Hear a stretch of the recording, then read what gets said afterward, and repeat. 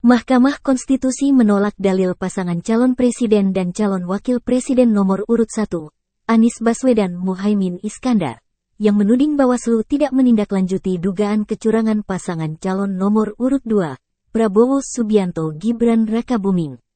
Hal ini disampaikan Hakim MK, Eni Nurbainingsih saat membacakan pertimbangan putusan sengketa hasil pemilihan presiden 2024 yang diajukan Anies Muhaimin, Senin tanggal 22 April tahun 2024. Bahwa selanjutnya ihwal dalil pemohon berkenaan dengan Bawaslu tidak menindaklanjuti dugaan pelanggaran pemilu yang dilakukan pasangan calon nomor urut 2 dengan alasan kurang bukti material tanpa disertai keterangan atau informasi bukti apa yang dimaksud dalil pemohon tersebut.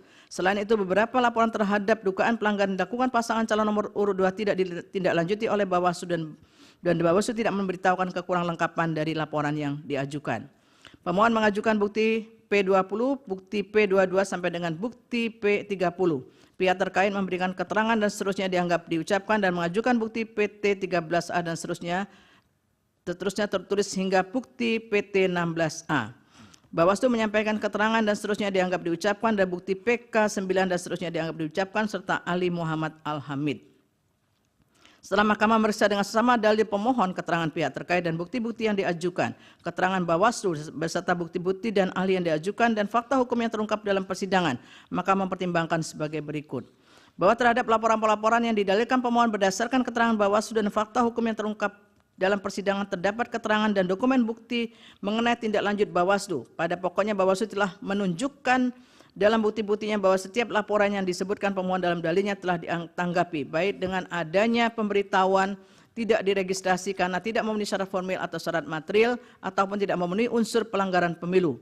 Lebih lanjut merujuk fakta hukum yang terungkap dalam persidangan terhadap laporan dugaan pelanggaran pemilu dengan nomor 009 dan seterusnya 2023 tanggal 22 November 2023 dengan peristiwa yang dilaporkan pada pokoknya adanya dugaan pelanggaran administratif pemilu berkenaan dengan penetapan keputusan KPU nomor 1632 2023 tentang penetapan pasangan calon peserta pemilihan umum presiden dan wakil presiden tahun 2024. Tanggal 14 November 2023 yang lemah secara formil karena didasarkan pada peraturan KPU nomor 23 tahun 2023, video bukti PK22.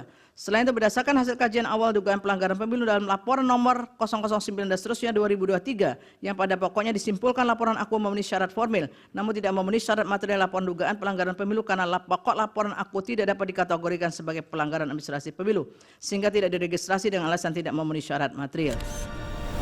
Tribun X menghadirkan lokal menjadi Indonesia.